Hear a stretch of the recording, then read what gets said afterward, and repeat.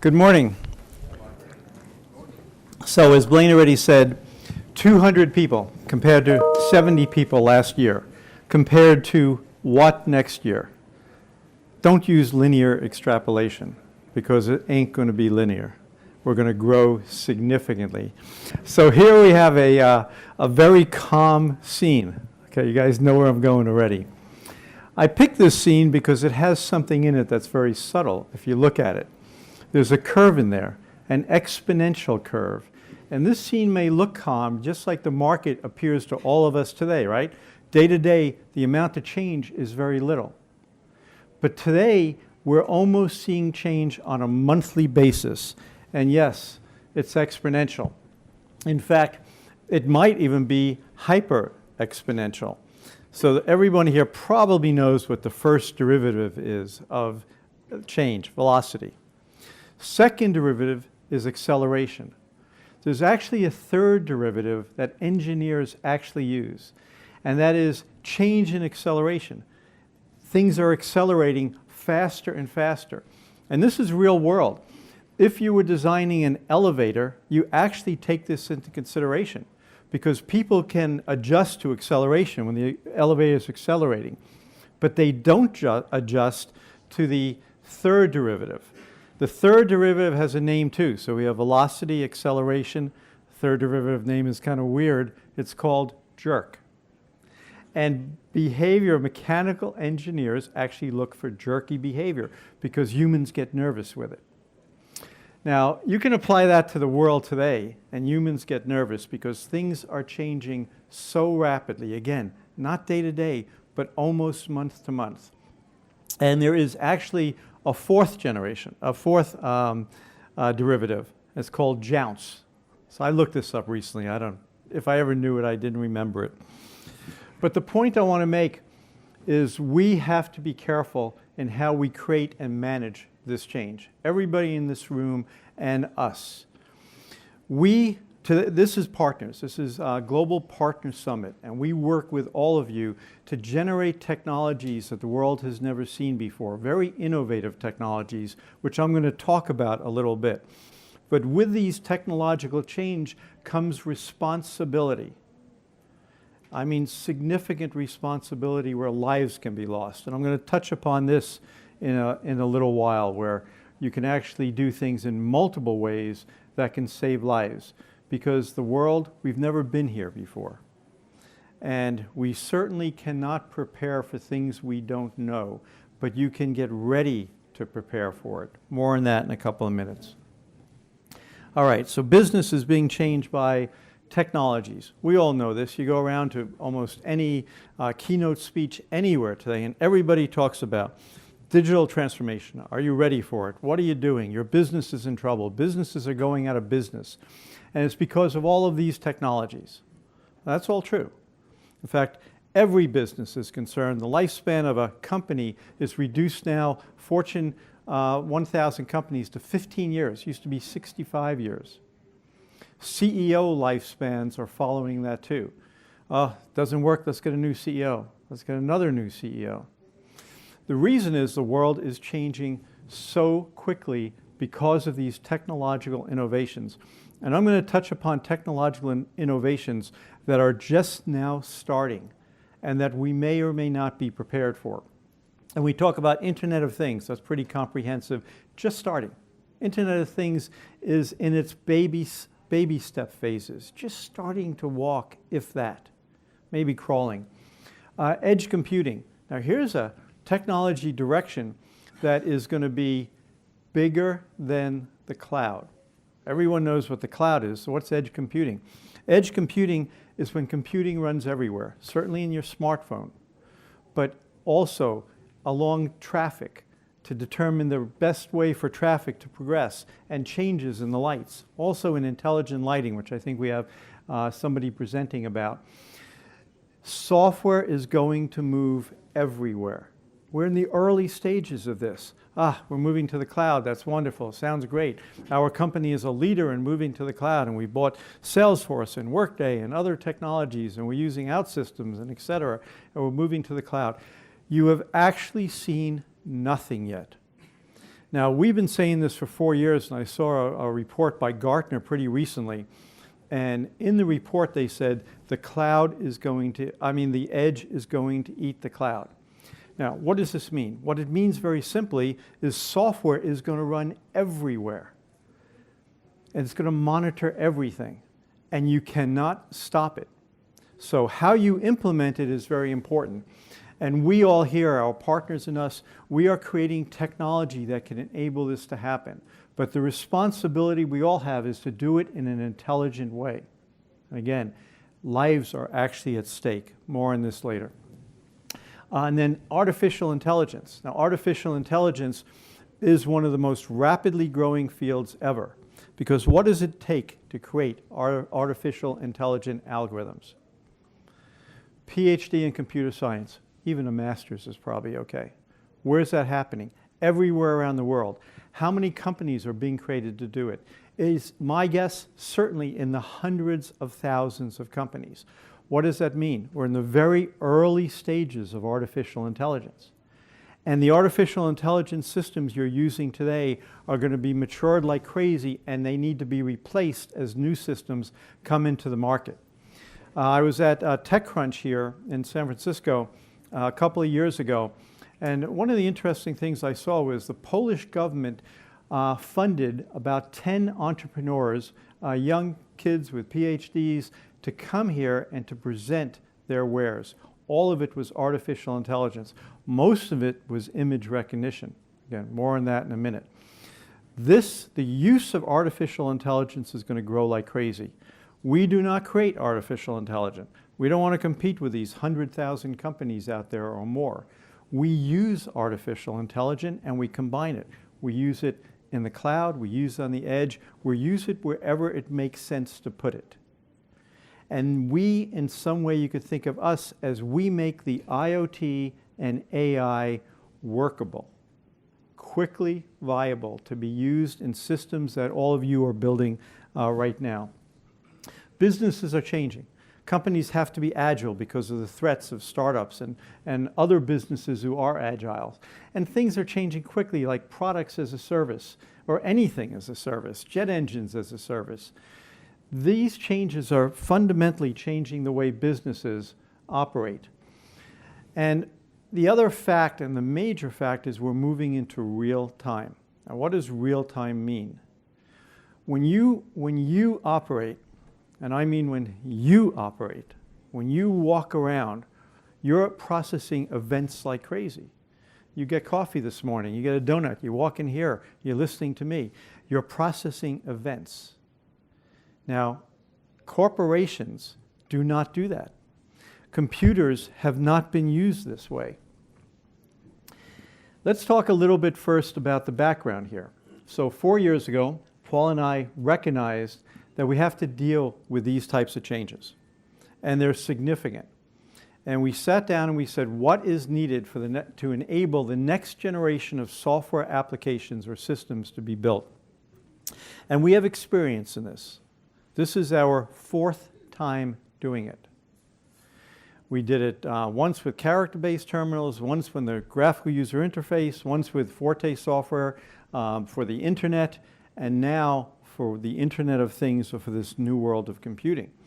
And when we sat down, we said the requirements are totally different than anything we've ever seen before. It is truly a discontinuity. And yes, that word can be overused, but not in this case. I'm underusing it. I'm going to share why in a minute.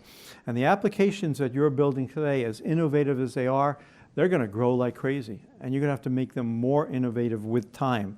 It's a requirement. And what we decided were a few basic tenets, if you will. One, the next generation of applications is going to be real time. It's going to monitor everything, do things anywhere, pass information somewhere else, take action there, basically be a nervous system for an enterprise or even for the world. And this is going to happen, guys. And it's going to happen quicker than we realize. The applications that you're building today are just the beginning of it. Yet they're super innovative. I'm glad that you'll see a bunch of examples today.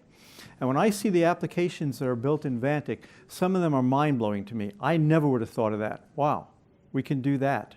Think about the creativity that this opens up. And one of the things that we try to do is share the use cases with you, and that's of course what we're doing the next 3 days, to get the juices flowing, to get you to think about how you may do something differently. And you need to, because if you don't, your neighbor's going to.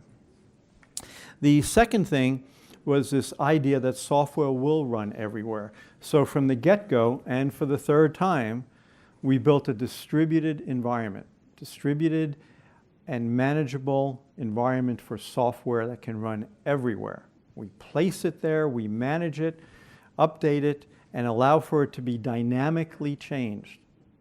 Now, what I just said sounds simple, but let me tell you, it is highly complex. And this is the third time we're doing it. And when Paul and engineering designed it this time, they told me what we didn't do well in Forte. And I said, wow, I had no idea. I thought we did this, this, and this. Point is, we've learned from our experience. And this is very, very difficult to do. To build truly distributed systems such that the distribution is not seen by the developer except in very trivial ways. Next thing, we made some decisions. We said humans need to be in control of these systems. There could be behaviors that are unpredicted, unforeseen consequences. In addition, the complexity can lead to systems that behave in some very strange ways. And when that happens, you need to relinquish control that the system does to humans to be able to make changes. And then finally, as I said, AI and real-time analysis. Not everything that's intelligent has to be written in an AI algorithm. They could be written in just algorithms anywhere that can analyze things simplistically and take action. And the amount of action that can be taken anywhere in the world, that whole thing, as I said, is going to grow exponentially. So this was the design criteria. And we laid this down first saying, what do we need to be able to do this? And luckily, we had a lot of experience in building application development deployment environments. But I will say this time was very different. In fact, so different, I'll tell you a little anecdote here, that during the very first few months of the company, Paul had the challenge of developing one of the more complex parts of the system, which looks pretty straightforward today, called collaboration. And he went off, and he and his guys, after 3 months, he came back to me and said, this is not a tractable problem. We cannot do it. I said, what? And so we worked together. I wrote up use cases, 7 of them. One was Uber, one was field service, and kind of like a requirement specification. And then they went off again, and after just about a month or so, they came back and said, we think we have it tackled. Now, the technology may look simple. Oh, collaboration, well, it's simple stuff in there. It's not simple, trust me. And what you can do with it, the power of it, even today, surprises us. That so few abstractions that we created can do so much. Point I'm trying to make is, this was not easy. Biggest challenge any of us took. Okay, now let's talk about historical computing. When I say historical, I include today. How is computing in companies run today? It's run by having these servers. Could be some monster cluster somewhere on Amazon, but still, it's a server, lots of front ends, could be PCs, could be smartphones. This is the architecture, if you will, this architecture of a database and a server and all these front ends that is used not just predominantly today, almost exclusively today. And we are about to change that. People think, oh, Amazon, creative technology. Amazon is architecturally pretty simplistic. Yes, they do use AI and they are sophisticated in many ways. But architecturally, it's pretty simplistic. And why? This is how computers were generated back in the ENIAC days. When I took computer programming in high school, which was really cool, I had this computer and I programmed in Fortran and I could make it do what I want. And it had a database, and it had a server, and it had, well, front end, not really. Today, those areas have gotten much more sophisticated, graphical user interfaces, but the architecture is the same. And the types of applications that have been built with this were applications that are accounting applications to run your business. And even the more sophisticated one like Salesforce. Yes, it runs in the cloud, but it's still a server. It still has, front ends. And is it sophisticated? It does a lot, don't get me wrong. I'm not positive on what Salesforce enables. It automates parts of a company. But architecturally, it's very simple. Now, here's the change, and here's the challenge. The architecture of these systems is about to change in mind-boggling ways. And that is what VANTIQ is about, enabling this change. And what it's going to look like is something more like this. An integrated, massive amounts of technology that are working together in real time. That events can be generated anywhere. It could be an image from a camera. It could be an IoT sensor sensing anything. It could be a gunshot. It could be olfactory smells. And then analyzing it where it occurs, passing information to some cloud. That's what that centerpiece is meant to be. And then doing further analysis and further AI. You can have AI in the edge, AI in the cloud, etc. This architecture is a discontinuity from the architecture of the past, and that's the point. We are about to automate the world in unforeseen ways. A little bit foreseen because you guys are building these innovative apps, which we're all going to be talking about for the next 3 days. But again, we all know change is, all of us believe it's happening quicker than ever. So what do you think your apps are going to look like in 10 years? Or even 5 years? And think about the decrease in the cost of the technology. Processors can be placed anywhere for pennies. With small sensors, will have small operating systems within them for security, for encryption. These technologies are about to be here. And we're talking 5 years, maybe. Moore's curve has not died. It's coming cheaper and cheaper. Processors are getting cheaper. Sensors are getting cheaper. Battery power is even being addressed, where you can put sensors anywhere, and unless they have to communicate with Wi-Fi, they can actually run on energy pulled from the Earth, or from the waves that are traveling all around the Earth. And then battery power through mesh networking technologies. You can put a battery in one location that loads of sensors can share. This is the type of future we're going to live in. And the reason I just mentioned that little bit of technology is the battery problem is significant. We're going to figure out how to address that too. We're going to be able to wire the world without having to use extensive amount of power. All right, now this events. I want to talk a drop about events and what's different about them. So on the left, we have this 3-tier architecture I was talking about. This straightforward architecture has a database and all these apps that run in the database. And as much as the cloud is innovative, as I said, it is this architecture. And we're going to move from this architecture to an architecture of events. And what kind of events? Sensors everywhere. Internet of vehicles. These vehicles are going to be driving with very complex computer systems and networks within them, and they have to communicate.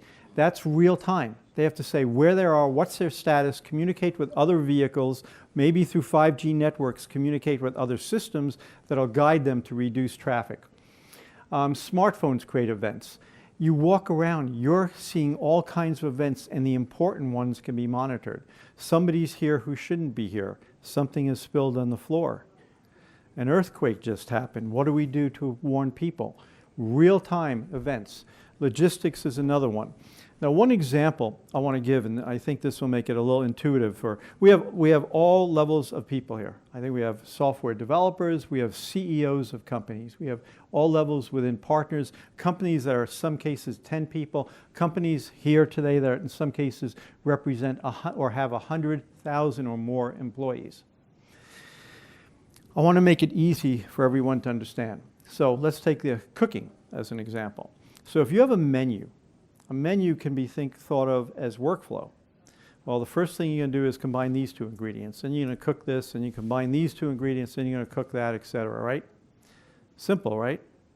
Is that how, can you put that into a robot? Tell a robot to do it? Maybe, if you have the robot moving very slowly. Now let's go into what really happens when you're cooking in the kitchen. And we've all seen this. If you go to complex sushi restaurants with 10 sushi chefs behind the scenes, and they're all moving this and moving that. And do you think you can automate that? Maybe, but boy, would that be difficult. And the reason it's difficult, you have all these events. One guy's moving, another guy moves another way, another guy is about to sneeze. This pot's boiling over quicker than before. This is real time. This is real-time events. And think of how complex that is to just putting a menu together and maybe thinking a robot can do it. These are the kinds of systems we're talking about. We're talking about event-driven. It's kind of random almost, not random. But if you look at a very complex restaurant environment with all the chefs, it is highly complex. And they're all dealing with real-time events. This is the direction that we're going in when we build these systems. We have to contemplate so many possibilities, so many things that can happen. And the event-based approach, and the example I gave just defines it, matches what happens in the real world. That's how the real world operates. And like I said earlier, our computer systems are trivial today compared to what their capabilities are going to be and where they're going. And these are the kinds of systems that we are just now starting to build. And if you think about it, just walking around everything, events everywhere, think of how complex the human body is and how complex the brain is to be able to navigate through this world. I'm not one who believes in cognitive computing, certainly not in our lifetime. I strongly believe in AI algorithms. You want to diagnose cancer? Absolutely. There are very good uses for AI, but not cognitive, not replacing humans. The distribution of logic is something that has to occur with events, because when you look at an event, say you take an image, you can't ship that image over the network. Even if you could performance-wise, there are reliability concerns and possibly security concerns. So you've got to operate on the edge. Apps that are built today can be very tactical, but when you add up these apps, you're actually eventually creating kind of a nervous system because you can reuse events. So for example, an event might be that somebody came in this room who is not on our list of attendees. Therefore, could be a problem perhaps. That's an event that could be used by many different applications. Obviously, the security application. Also, the catering application. Possibly an application that can identify who it is and go up to them and offer something in real time or check them out. So once you've identified a complex or derived event, you can reuse it in many ways. And one of the examples, reusability for a minute, one of the examples that we use is, let's say you have a new innovative parking system in the streets, and a car pulls up and it has a camera that can identify the license plate. That's not that far from today. Pretty straightforward, as long as it's not covered with snow. It identifies the car. Now, how can that information be used? Well, it could be used for point of sale, charging the vehicle. That's an obvious one. But how about security as well? How about if the police can check, is that car, or automatically check, is that car stolen? Is that car wanted for some reason? And then the environmental organization that manages that area can also check how many cars are pulling up. Is it too much of a load here? Should we change the traffic light and direct cars into another area where there's more parking, as an example? So there we have an event that identifies parking spaces by vehicle that can be used for many different applications.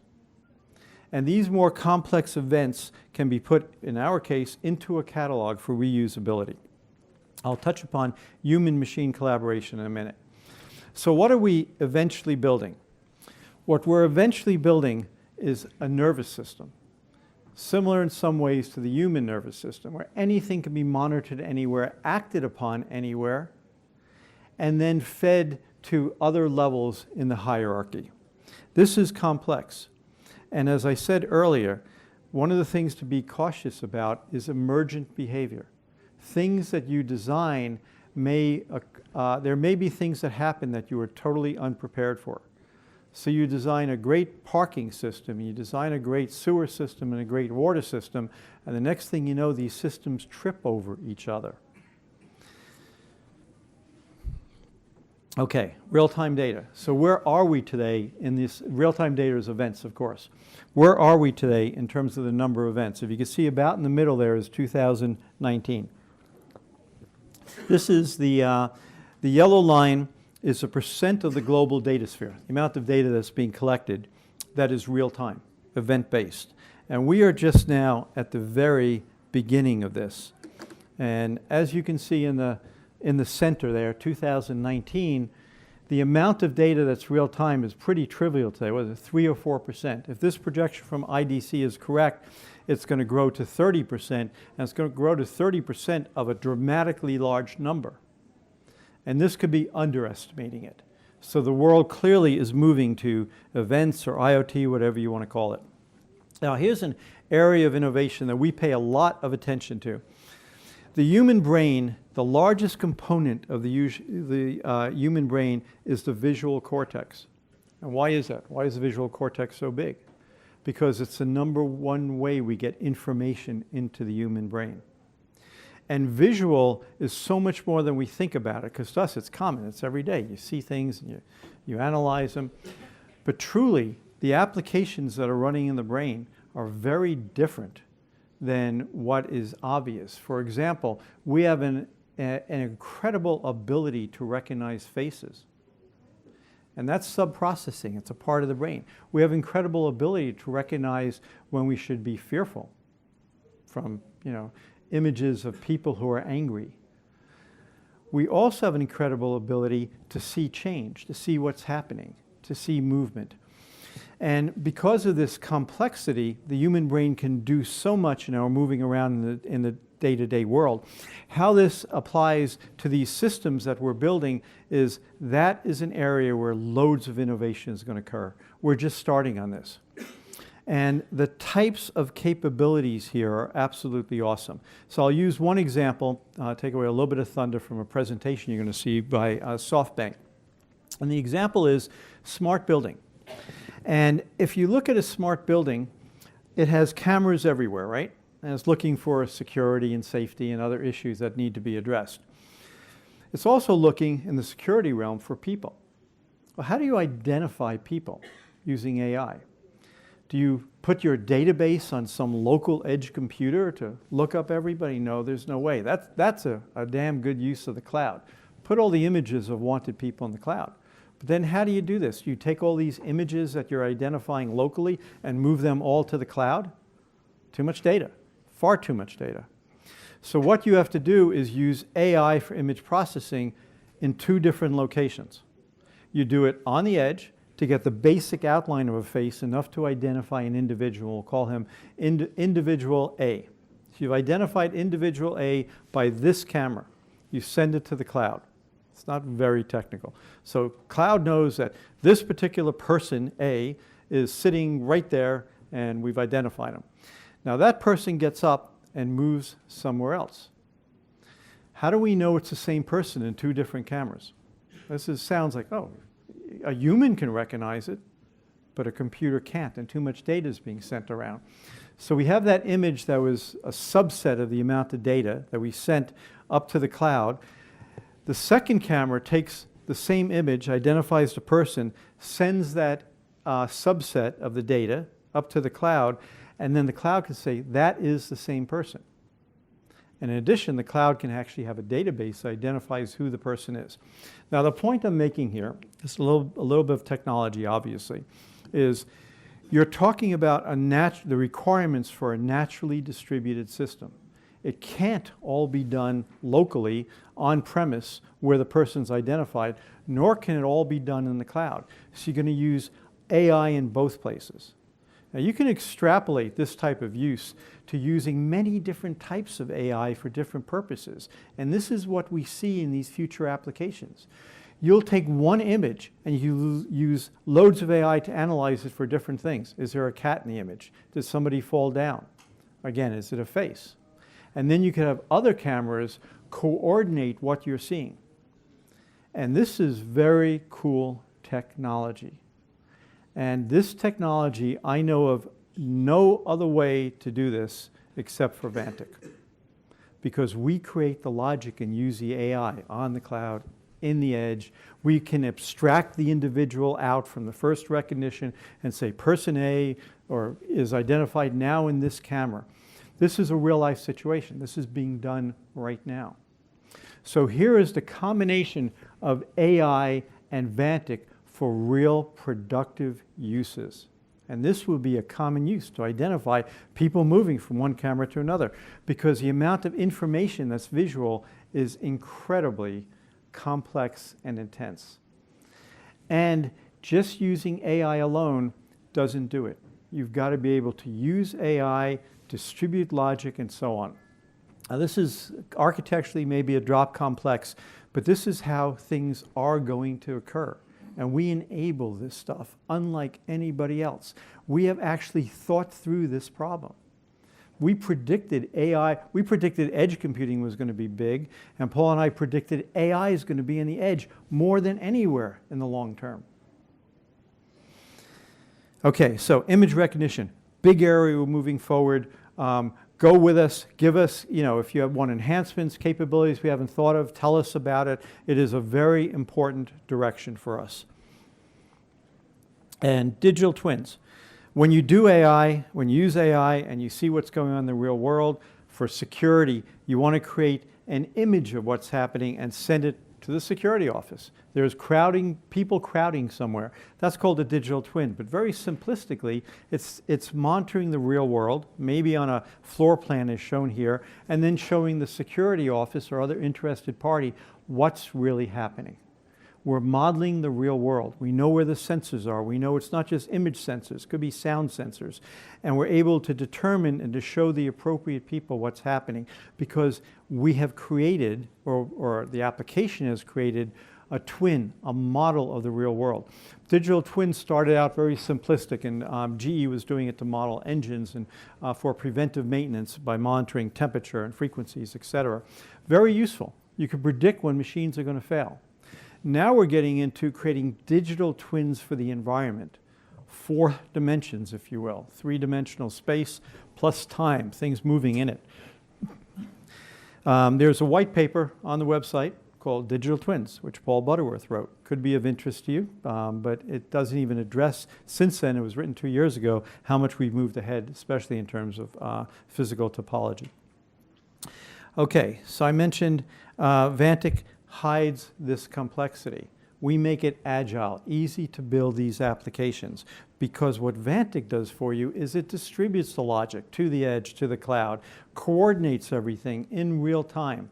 And this is true agility, because the amount of software systems that need to be created are not going to be created in Java and Lambda and Kafka. There aren't enough programmers out there. So you've got to make it simple. We have 2 patents pending, one on distribution itself. Now, let's talk a little bit about legacy systems. So, beautiful car, isn't it? It is a beautiful car. A little bit old, we all recognize that. So, are you going to really make this thing safe, secure in today's world? Do you want your kids who just got a license driving around in it? Not so sure. No seat belts or no shoulder harnesses. No airbags, etc. We could make it look nice, but the reality is, ultimately, we have to really redo it with a modern car. It is still legacy. The systems that are being built today in VANTIQ are not legacy and never will be. They are these new age systems. They have to tie into legacy system. You have to get data. Almost every system we know of has to get data, often from multiple sources, may have to interface to existing systems like SAP, etc. But they're new, innovative technologies. And the reason I'm showing this is there are a lot of software products out there, and I won't mention who, but that basically enable companies to move to the cloud, create a pretty front end, but that's about all they do. Nice to have. I'm not against it. You're a company, a retail outlet, and you want to offer online access for e-commerce to your customers. Fine, do that. But that is not the next generation of technology. And as I said, I'm not going to mention companies like Mendix or OutSystems, so just skip all that. Those companies are good in what they do. In no way am I against them. But I'm saying this is what they do. They basically enable you to move to the cloud, add a web browser, and add some new functionality. What we're talking about is totally different. Okay, I want to talk about real-time applications in terms of involving humans. Now, I am a pilot. That's actually my plane. And when I was a pilot, I sold my plane when I started the company. Can't do both. When I was a pilot, I was very much into observing the human interface between the systems that are running and the pilot. And what I noticed was most of these systems just give me information, lots of information. Very few of them control anything. The autopilot controls, but very few of them do. And when they need to get the pilot's attention, they're event-driven. Event, light goes off, red light, got to pay attention to it. In the situation with the Boeing crash, sensitive subject, but that system failed. Now, we could say that system should never fail. Should have more sensors, the software should have been checked more effectively, more use cases, etc. That's not going to work, guys. You cannot create zero defect software. That's actually been proven and accepted in the industry. So what do you do when defects occur? What you do is you have to involve humans, or let the humans who observe the defect be involved. So if in that Boeing situation, the pilot, he knew that he was fighting the yoke and there was a big problem, could have pressed a button, and then the software could have responded to him, or the software would have observed that the pilot was fighting him, and the software would have asked the pilot, do you want me to disconnect? That's an event-based system. It's an event-based system with humans interacting with complex systems. This is so much easier to build in VANTIQ, because otherwise you could wind up with so much spaghetti code, for those of you who are programmers, that it would be unmanageable. So the architecture of event-based is so much better for defining human interactive systems, and we've included it even at a higher level to enable these systems to be built very rapidly. Okay, so where in the world are these systems we're talking about going to be built? We all know traffic jams, and we could improve the flows, improve what traffic lights do, redirect traffic, interact with the cars in intelligent ways. That's kind of a no-brainer. But let's expand it to anything that flows. And what flows? Electricity flows. Now, the electric grid has some unique problems today, in that the sources of energy have changed dramatically, and they could come online and offline pretty randomly compared to the load curves that used to exist, where the companies can predict what's needed. And it's not easy to change the generation of electricity in real time. It can cause blackouts or brownouts. So electric grids can be monitored to be much more effective in terms of staying online, and also much more effective in the utilization. A lot of electricity is wasted because it's routed in inefficient ways. Now that requires IoT monitoring, AI. Oil and gas. We have a great situation with Total in France, and they're going to, I believe there's a video you'll see about how they're automating, analyzing when a leak occurs, interacting with people, real-time interactions to tell the operations people what's going on, give them the ability to make changes. Maybe just simply look up the history of the particular device, or send a robot out to fix it, or send a drone out for further analysis. This is the kind of stuff, this is not science fiction. They're doing it.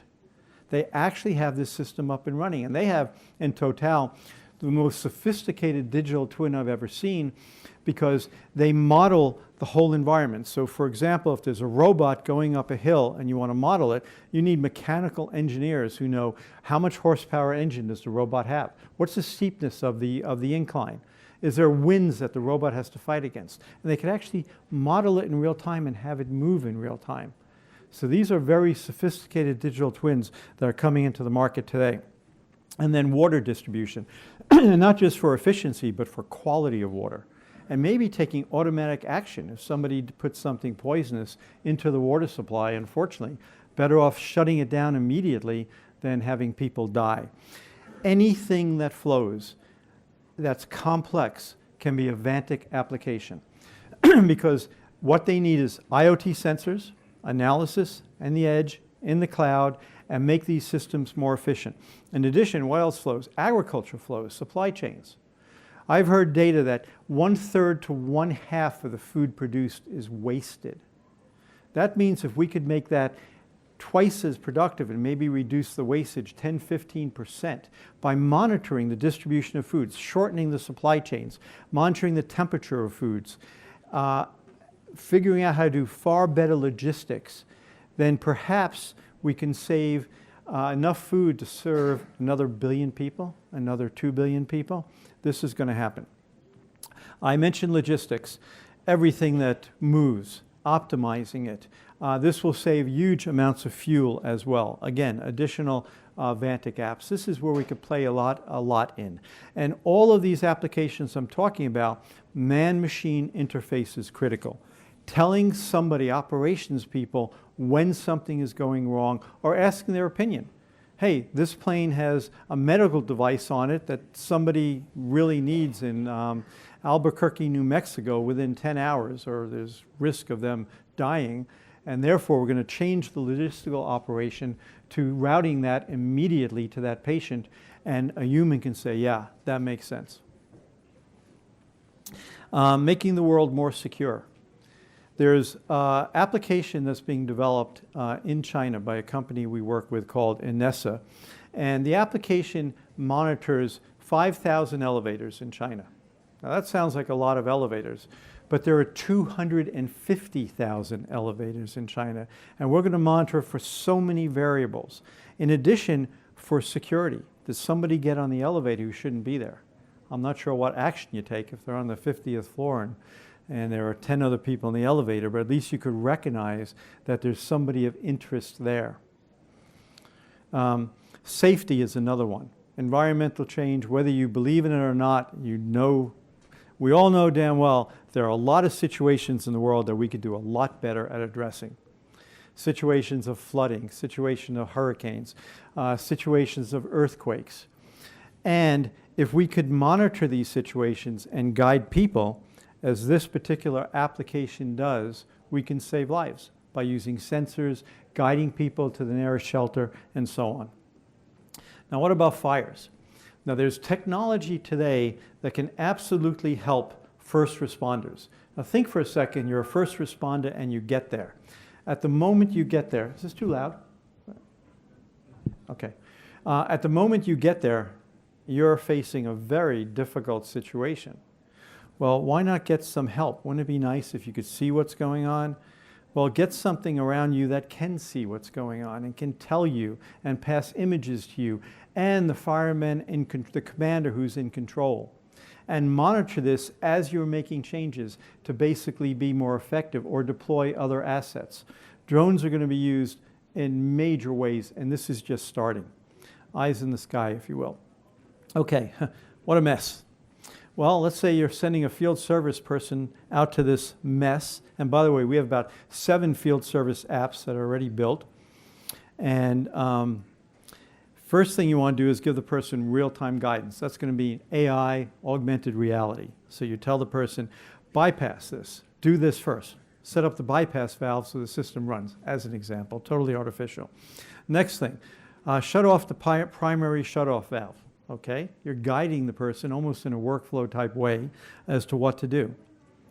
Check this loop. But aha, the technician is a little smarter than that. The technician realizes, because he's seen this problem before, I recognize it. If I turn off this valve or fix this valve, all of a sudden the situation is fixed. You can't program this in workflow because it's the human mind that wants to override the system. The human mind knows more than what the system is guiding that person to do. And these are the kinds of capabilities you could build in our workflow apps. As I said, we have at least 7 of them already built, and this is one of the hot areas we use them because it has GPS tracking, it has finds the best person to fix the situation who's local, etc.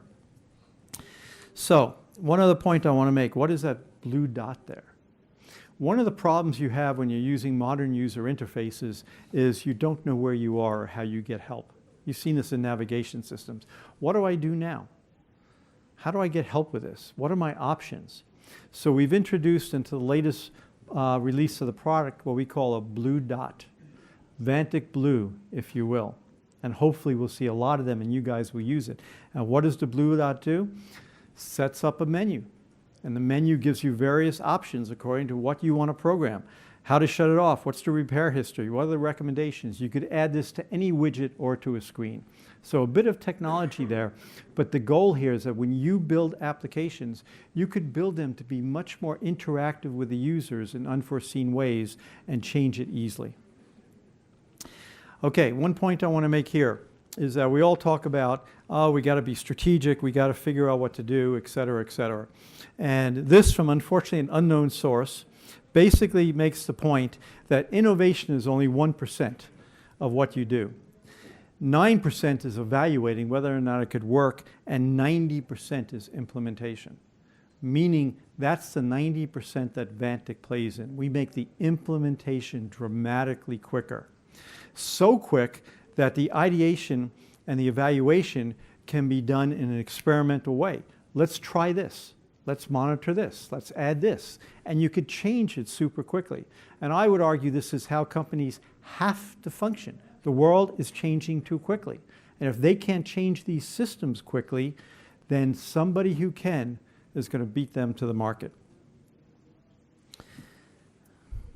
Okay, now this is close to the end, and a major point I want to make. How are we going to make these changes and these new technologies useful, deployable around the world? We're going to do it with partners. This is part of our strategic goal as a company. Yeah, we have some professional services, true. We have built some of these applications, but we are dependent upon you, our partners, to build and deploy these applications. And even more than that, one of the things we want to strongly promote is partners working with partners. I have heard so many times now, meeting with various partners, that we want, just yesterday I heard from a CEO of a pretty major company in Japan say, yeah, we think we want to create a software product for construction sites that we could then sell around the world. Well, how are they going to do that? They're in Japan. They're going to do it because we could hook them up with other partners. We have our Connect and our community portal, which I don't want to steal too much thunder, you'll be talked about the next few days, that will enable you to work with each other. We're not going to set the agreements that you have with each other. That's up to you, how much you want to charge, whether you sell a whole application or parts of it, whether it's APIs that you've developed that you sell. That's going to be your call. We're going to let the market naturally evolve. But we're going to enable you to connect to each other. The other thing I want to mention about partners, very importantly, is we are not going to sign up everybody in the world as a partner. And I sincerely mean that because we will fail and you will fail.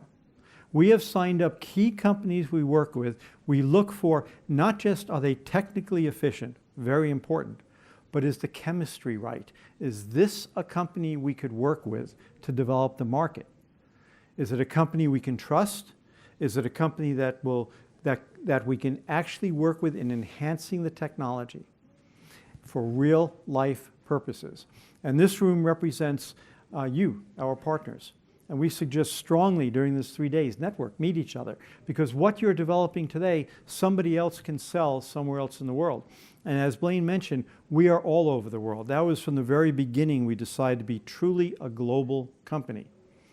Against advice from other people, we opened up in areas that they said, oh, you really don't want to go there. Well, we go there because the world is pretty small today and pretty flat.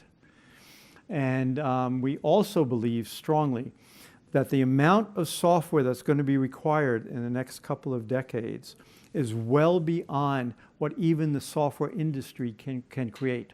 There aren't going to be enough software startups to meet all those demands because the applications are so different. You know, CRM can fit so many companies. Workday can fit so many companies.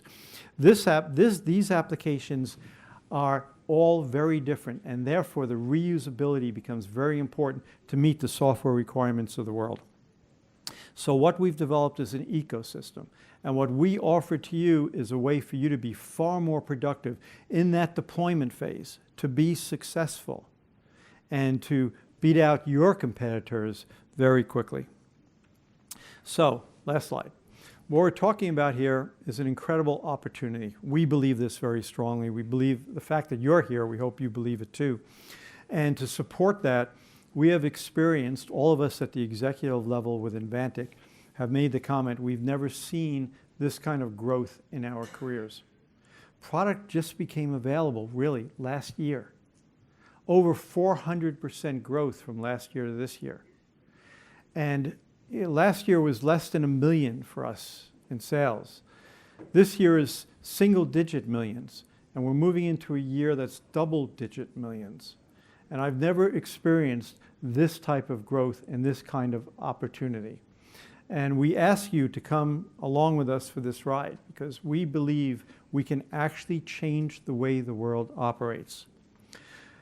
I was going to touch upon this, but I'm going to skip it, just to say that where we're selling primarily is operations technology. IT is maintaining the SAP systems, all the PCs, the security, and we've had more success by selling to the operating units because they're the ones that the CEO says, go do this. They're the ones that have the emergency to make actions occur. And IT is slow to respond. They've got too much legacy stuff that they're maintaining. Now, that's not to say we shouldn't work with IT. We will work with IT eventually because we offer them a true agile development environment. And so making IT more efficient is one of our long-term strategies. One point I want to make about our technology. Our goal is to innovate so real-time systems can be rapidly created and rapidly evolved. And the point I want to make, this is rocket science. This is the hardest task that our engineering team has ever taken on. And we've done it. The product's out there. The product works. It's scalable. It's reliable. But in terms of competition, of course I worry, always worry, but we believe we've got a huge barrier to entry. And we met with a bunch of our salespeople yesterday and we spoke. I said, tell me situations that you're in, that you're really competing with somebody.